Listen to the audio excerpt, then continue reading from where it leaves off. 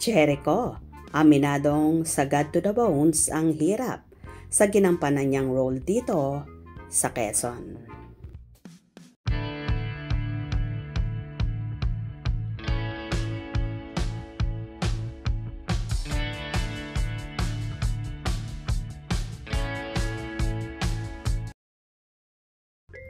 Sa dami ng nagawang pelikula ni Jericho Rosales sa kanyang halos 3 dekada sa showbiz, ang pelikulang Quezon ang pinaka-challenging role na ginawa niya at inamin niya ito sa ginanap na MediaCon kamakailan.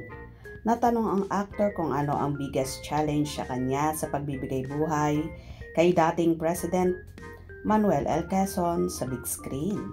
It's really challenging. Challenging to the bone, ha ha ha ha. Gerald Tarog gave us a beautiful script, easy to follow, very clear, very precise, very waiting, very exciting, very funny, and the hardest part is for everyone. Just the same kung paano kami pupunta doon sa itsura ng mga karakter. It took more than 5 seasons of 8 or 9 hours of look test, of prosthetic, and how do you portray someone you know who ran for presidency in the 1930s. And ano yung nasa utak niya? Is about power, his charm, his charisma, and everything. He's such a huge personality. And the pressure, how do you play this? Iba rin ang boses. It was really the best. I think most challenging role I've ever played. So thank you. Mahabang sagot ni Jericho na tinapik ang katabing sina Direk Gerald at producer Daphne Chiu. At dahil puring-puri ng lahat ang magandang trailer ng pelikulang Quezon, natanong si Direk Gerald kung bakit espesyal ang huling Bayaniverse trilogy na kinakailangan niyang kumpletuhin mula General Luna, Tugoyo at itong Quezon. Siguro dahil mayroon tayong unprecedented feat in Philippine cinema. The fact na meron tayong trilogy, the fact na meron tayong historical films, and I don't think that we have had that ever. So that fact alone is a big credit to Daphne and the producers, Fernando Ortigas and Ed Rocha.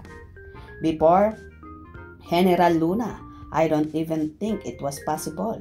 So now that it's all finished, parang wow, medyo pinaprocess ko pa and it's just as difficult as General Luna and Goyo.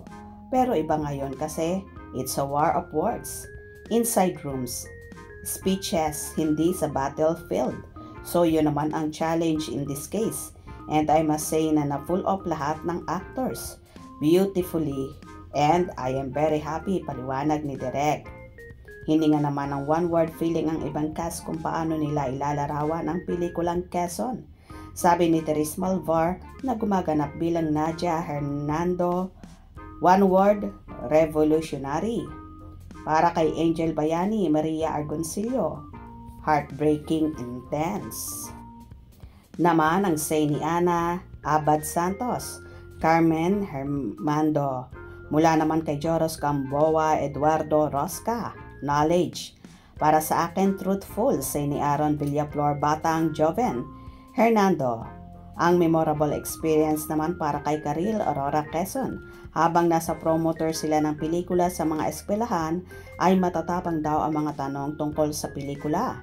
Nakakatuwa dahil we had 1,200 students on the first day, tapos the second day taga Candelaria, Quezon, at paulit-ulit namin silang sinasabi na part sila ng film.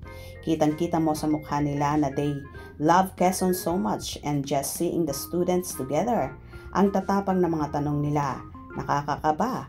May mga kaba factor kasi ang laki ng expectation nila sa generation natin. So, we have to level up because the youth is really there. Kwento ng singer, TV host, actress. Well, nahirapan nga dito si Eko at ayon nga sa kanya, ibang-iba ang Quezon sa ginawa niyang mga nagdaang pelikula. Kaya dapat natin itong panoorin dahil makabuluhan at maraming matututunan sa pelikulang ito na marami ang hindi nakakaalam. Kung nagustuhan nyo ang video na ito, comment down below.